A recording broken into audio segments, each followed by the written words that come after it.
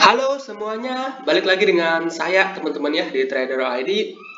Seperti biasa, hari ini kita akan membahas IHSG dan 6 saham. Dan sebelum kita lanjut ke pembahasan, disclaimer dulu ya, karena video ini bukanlah ajakan untuk membeli maupun menjual suatu saham tertentu.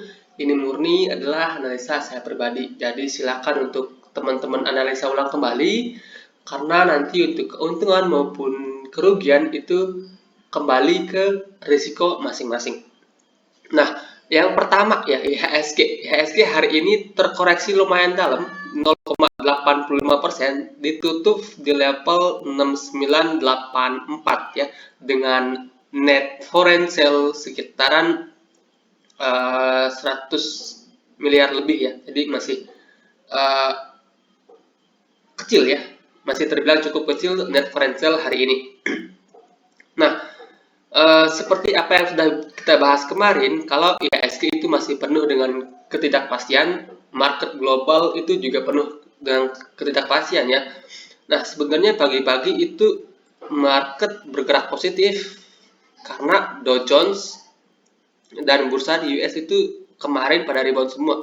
Tapi ternyata sepanjang sesi IHSG terus bergerak turun ya. Jadi untuk saat ini strateginya masih sama teman-teman ya. Wait and see terlebih dahulu. Kalaupun mau trading, don't agresif ya, jangan agresif. Tradinglah uh, jangka pendek di saham-saham kecil. Kalau teman-teman nggak bisa membaca flow harian di saham-saham kecil, ya wait and see, stay cash. Buat yang udah kena trailing stop ya out. Buat yang udah kena stop loss out dulu. Kemudian cari lagi nanti areal entry yang menarik ya. Secara sektoral yang menurut saya masih cukup kuat ya untuk saat ini, masih sama ya. View saya dengan 1 minggu 2 minggu terakhir masih sama, yaitu sektor migas dan consumer goods. Itu view saya dari 2 minggu lalu. Kalau saham-saham itu akan bergerak positif dikala IHSG yang masih penuh ketidakpastian. Nah, ini kita bisa hapus dulu. So, maybe next indeks kemana? Indeks akan cenderung untuk bergerak turun. Atau minimal dia akan sideways dulu, menunggu adanya sentimen positif dari market global, atau menunggu rilis dari inflation rate di US. Jadi, menurut saya ya untuk saat ini kita lebih baik wait and see terlebih dahulu, stay cash ya buat teman-teman yang swing trade di IHSG. Oke, kemudian untuk saham pertama yang akan saya bahas hari ini yaitu Elsa. Elsa ini sebelumnya udah pernah saya bahas ya, dan pergerakan Elsa ini sebenarnya cukup mirip dengan Medsi ya, cuma Medsi itu flow-nya lebih jelas kelihatan. Nah, Elsa ini belum kelihatan jelas.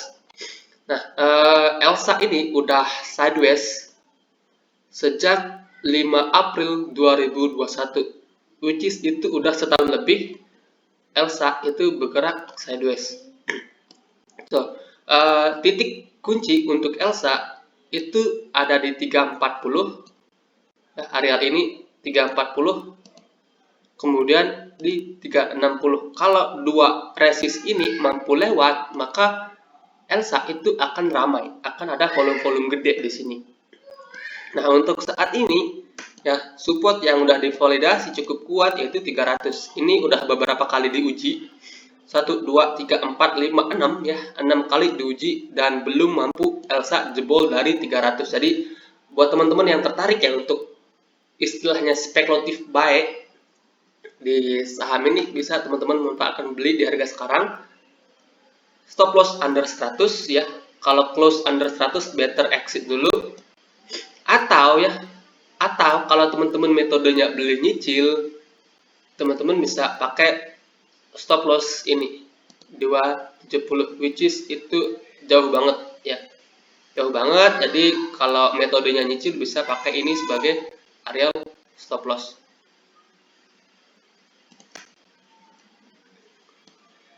Oke, itu ada dua strategi di Elsa. Mau beli di harga sekarang dengan dana gede, maksudnya nggak gede-gede banget ya, nggak gede-gede banget, karena Ini flow-nya masih belum kelihatan. Ya minimal teman-teman bisa masuk 10% dari total port lah kalau teman-teman tertarik di Elsa. Nah, kalau metodenya cicil, beli 50% porsi dulu, kemudian 50%-nya lagi nunggu dia di bawah atau nunggu dia break ke atas ya. Kalau dia turun, dan tunggulah di bawah. Nanti kalau dia misalnya ke 270, maka average kalian akan di sini. Kalau seandainya dia naik, break 250, average kalian akan di sini. Ya. Sekali lagi itu sesuaikan dengan risk management masing-masing. But so far ini kelihatannya Elsa udah mulai ada arah-arah untuk mengalami kenaikan, apalagi dengan terjadinya perang di Rusia yang masih terus memanas dalam tanda kutip ya.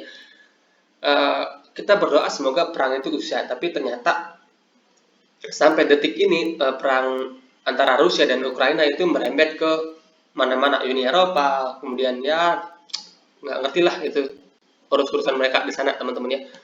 Nah, selama perang itu masih belum usai, maka harusnya saham minyak dan gas itu ada potensi yang cukup besar, dimana kita tahu sendiri Rusia itu adalah pengekspor minyak dan gas yang bisa dibilang nomor 2 atau 3 ya di dunia untuk ekspor minyak dan gas. Jadi kalau supply dari sana terganggu, maka harusnya yang diuntungkan itu negara kita sendiri, yang dimana negara kita itu merupakan salah satu penghasil minyak juga ya, penghasil gas juga ya, jadi seharusnya sih seperti itu. Cuma ya biarkanlah market yang menentukan arah sahamnya. Oke, itu untuk Elsa. Dan kemudian ada Raja.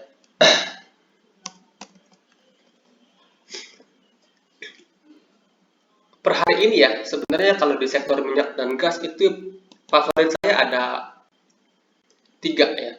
Pegas, Raja ini, kemudian Metsi. Kalian boleh pilih salah satunya. Kalau mau masuk Elsa pun menurut saya juga cukup boleh, tapi maybe akan agak lama. Nah, Raja ini ya sebelumnya saya fail. I think dia bisa turun sampai 300, ternyata dia rebound di sini. Oke, ini kita hapus dulu. Ternyata dia rebound di sini ya, di support 320-nya.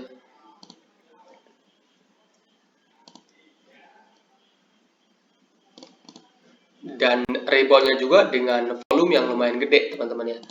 So, ini 2 support untuk Raja ya. Yang pertama di 320, kemudian ada di 280. Kemudian untuk support terdekat itu ada di sini.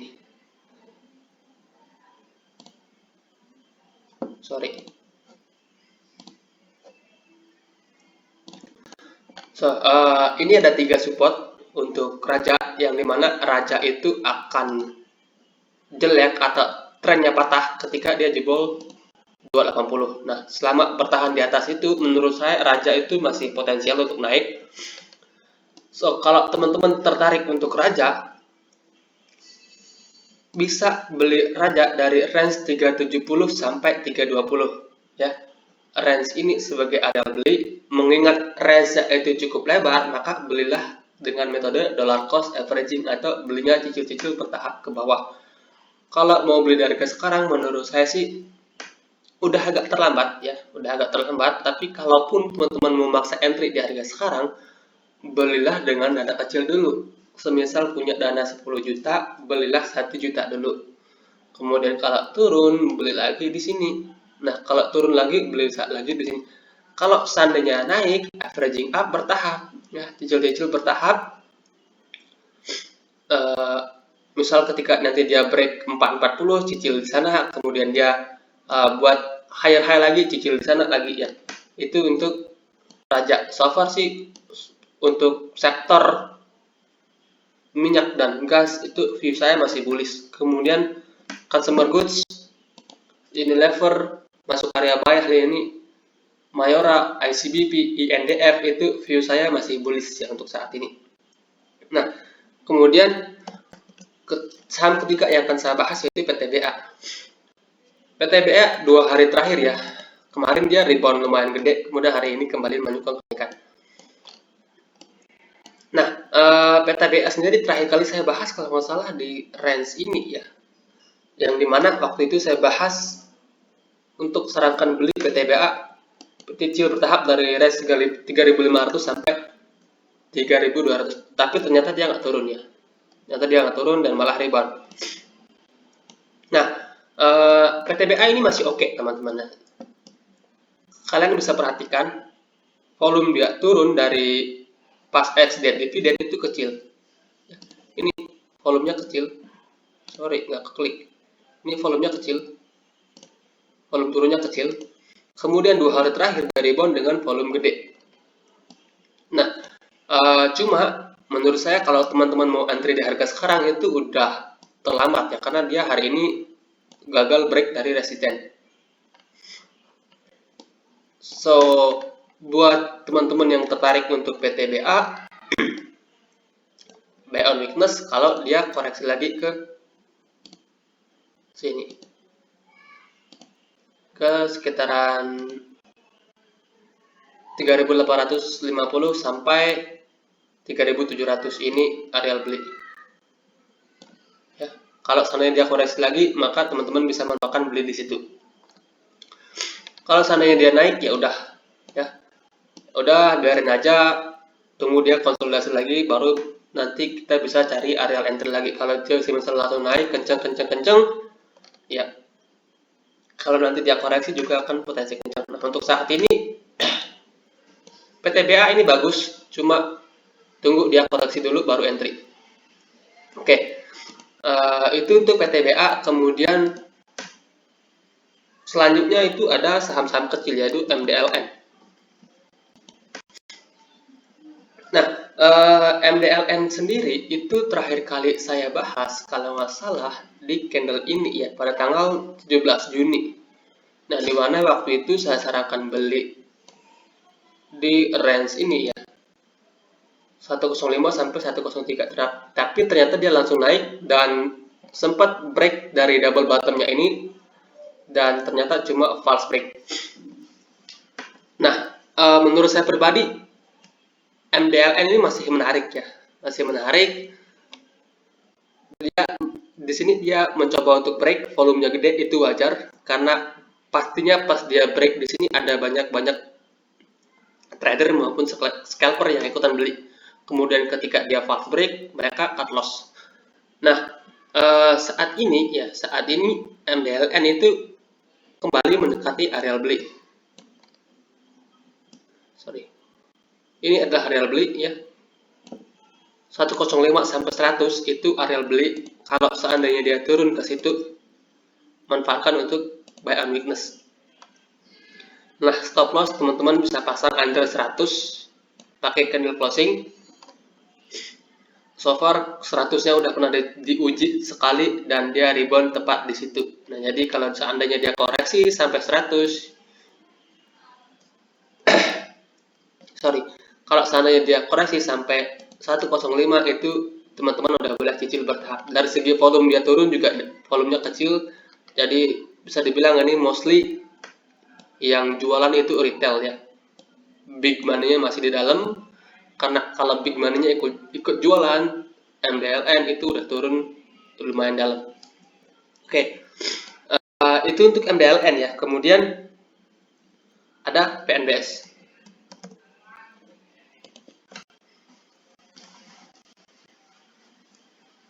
PNBS hari ini ARB tepat close di support 83. Nah,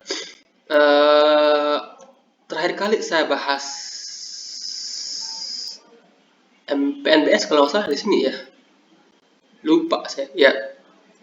Kalau nggak salah barengan dengan MDLN ya. Terakhir kali saya bahas di sini, saya sarankan beli di range 83 sampai 80 dan dia sempat ke situ, habis itu naik. So, gini, maybe ada teman-teman yang udah beli di sini ya di range 83 sampai 80, kemudian dia sempat nyentuh 94 ya, which is itu udah naik sempat naik 8% lebih. So, kalau ada yang udah beli di sini kemudian trailing stop kena di sini ya di 87 atau 86, besok kalian bisa perhatikan lagi PNBS. Kalau seandainya dia kelihatan mau rebound, teman-teman bisa entry lagi di 8 inilah ya, di 83 sampai 80. Ya, kalau seandainya dia kelihatan udah mau rebound, entry lah di situ. Caranya melihat dia udah mau rebound bagaimana? Pakai candle 5 menit atau 15 menit ya. Kalau ada candle hijau di bawah, volume 15 menitnya kelihatan lumayan gede, teman-teman bisa manfaatkan untuk entry PNDS di situ. Jadi re-entry lagi ya. Hitungan sebelumnya udah cuan, kena trailing stop dan re-entry lagi di situ.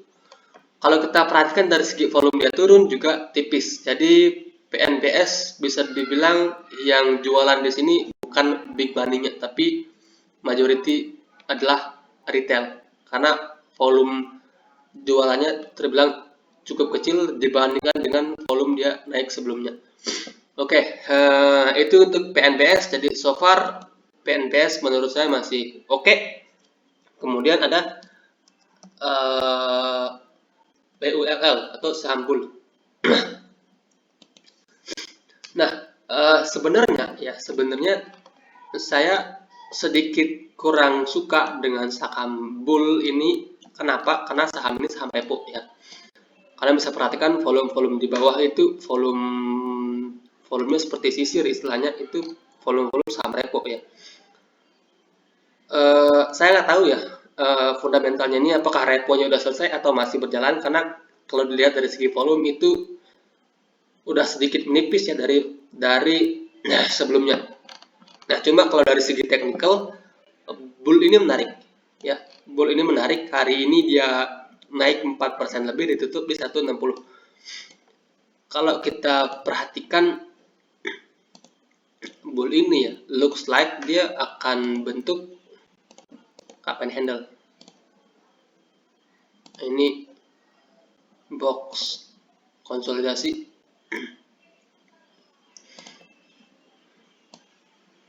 Nah, setelah dia nyentuh level terendahnya di angka 100, kemudian dia naik sampai 170, habis itu dia bergerak sideways range 170 sampai 146 atau 150 lah candle closingnya. Nah, saat ini itu sedang berada di 150, which is saat ini ya harganya itu sedang berada di tengah-tengah antara support dan resisten. So, jadi kalau teman-teman tertarik untuk beli saham bull ini, pecah area entry jadi dua ya. Bisa beli di harga sekarang setengah, kemudian setengahnya lagi tunggu dia di 150 atau tunggu dia break dari 170. Ya. Jadi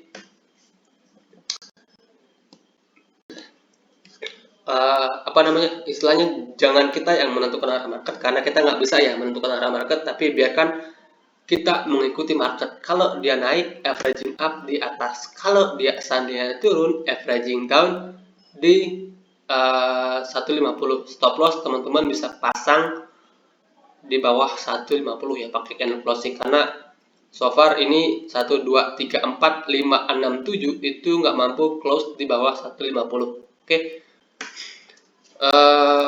Sekian ya untuk pembahasan kita hari ini, semoga bermanfaat dan selamat malam.